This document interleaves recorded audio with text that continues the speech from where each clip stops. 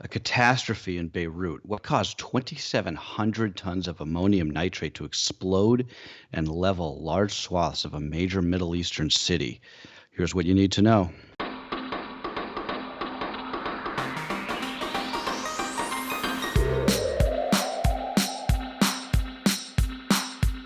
Good Wednesday morning. This is Cheddar's Need to Know podcast for August 5th. I'm Carlo Versano. Jill is fine. Her power went out yesterday in the storm.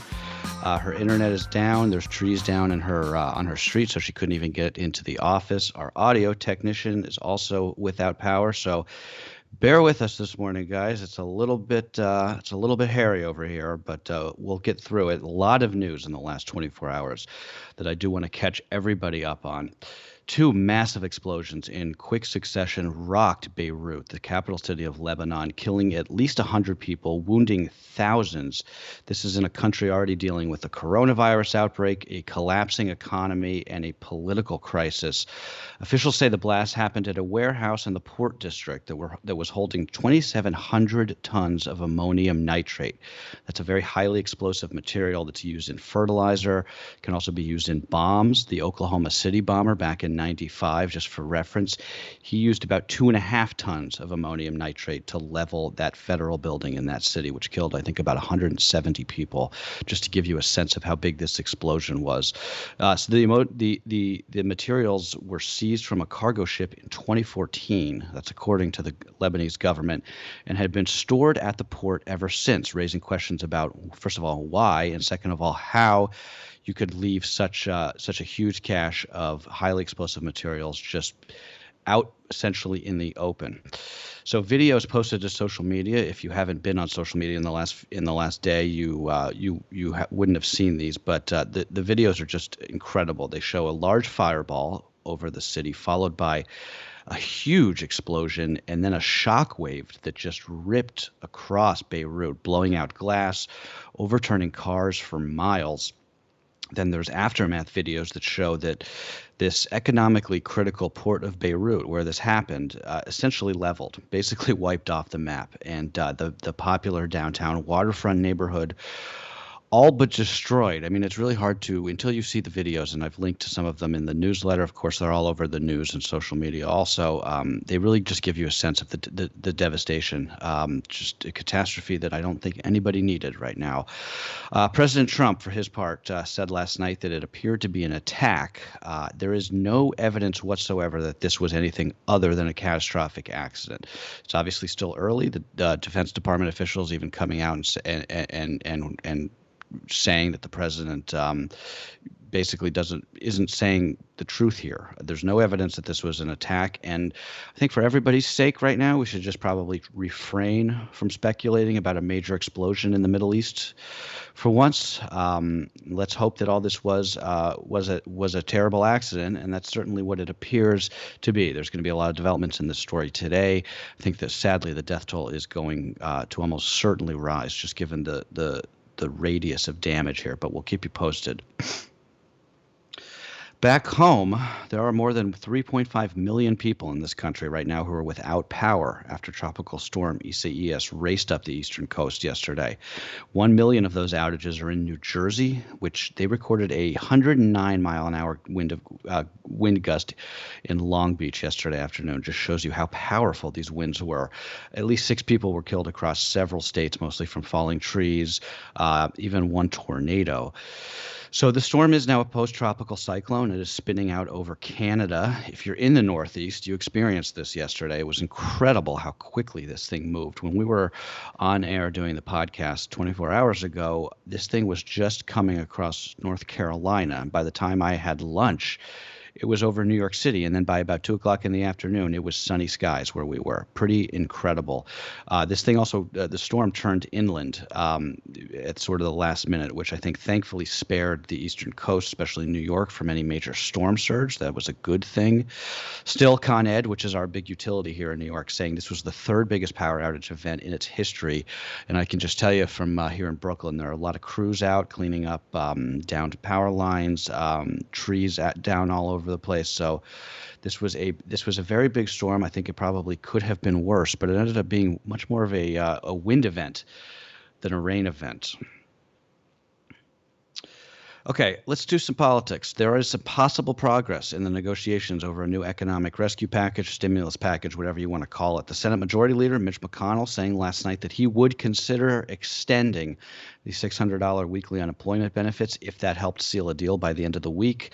That's a good sign, at least if you're of the belief that we need to extend these benefits to head off an even bigger economic catastrophe.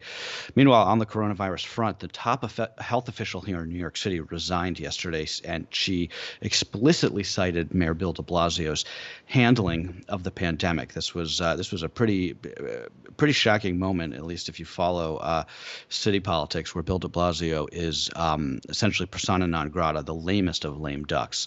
And while Andrew Cuomo has gotten a lot of kudos for his handling of this crisis, the mayor of New York City, not the case. Also in New York, which is something that will affect many tourists, I think, the Radio City Christmas Spectacular has officially been canceled. There will be no Rockettes this year. I think it's the first time in the history of the big Christmas show. Which, again, the city is.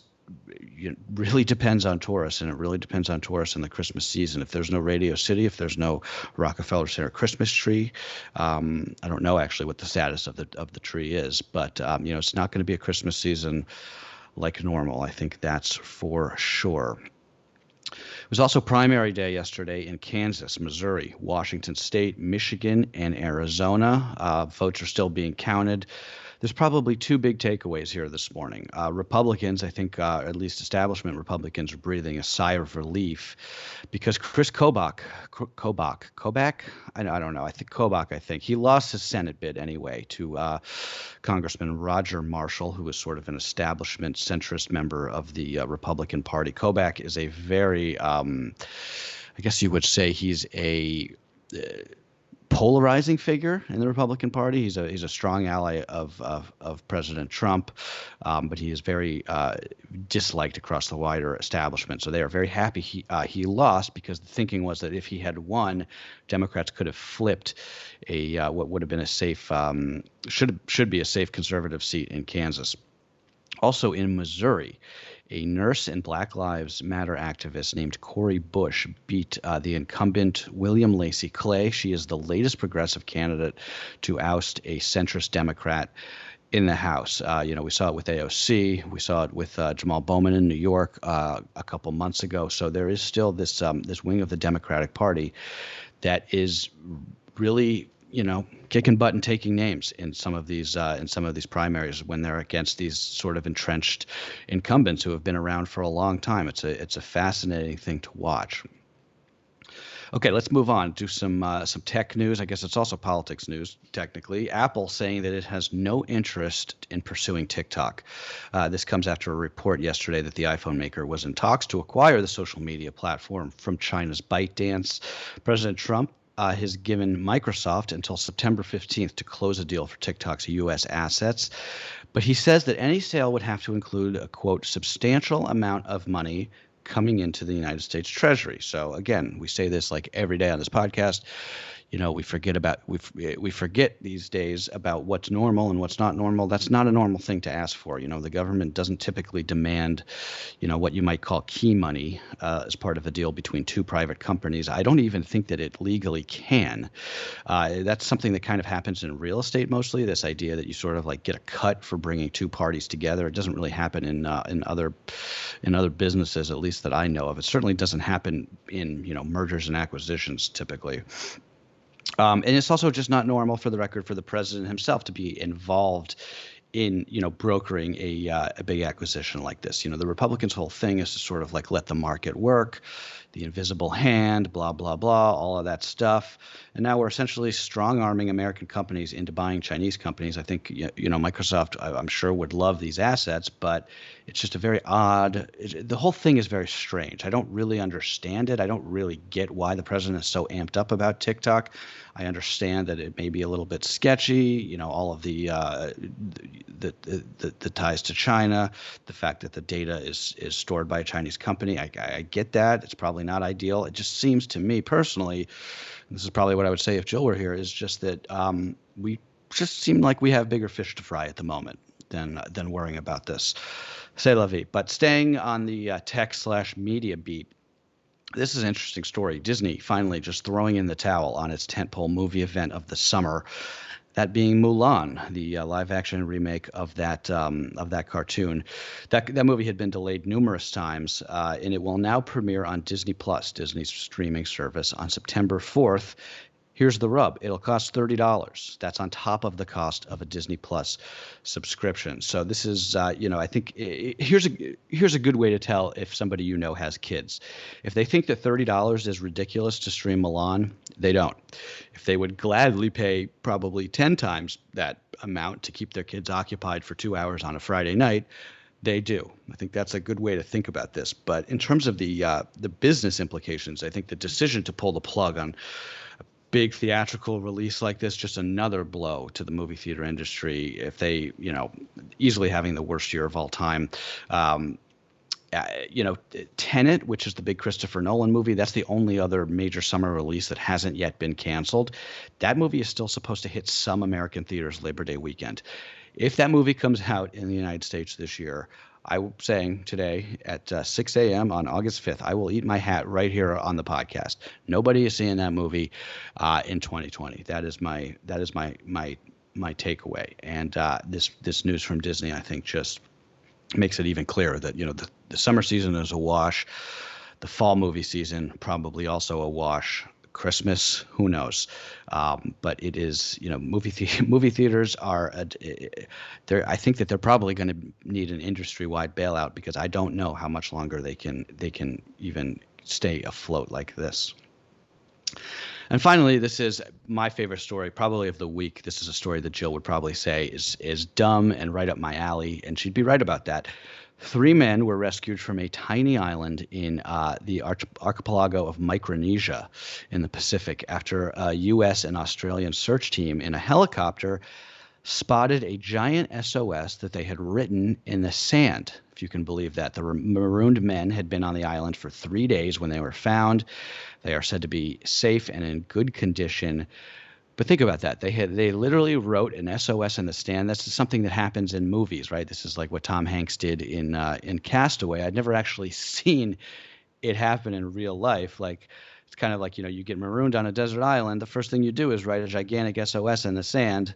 Duh. But it actually worked this time, and these guys are safe because of it. So props to them. But I thought that was a great story to end on. And yeah, lots of news today, not a lot of it great, but Jill I'm almost certain will be back tomorrow. She and her family are safe. They just are dealing with not having power, and it's very hard to do a podcast. It's very, very hard to be working from home when you don't have the internet and you don't have electricity. But in any event, that is what you need to know for Wednesday, August 5th. Thank you guys for putting up with me, and we will see you tomorrow.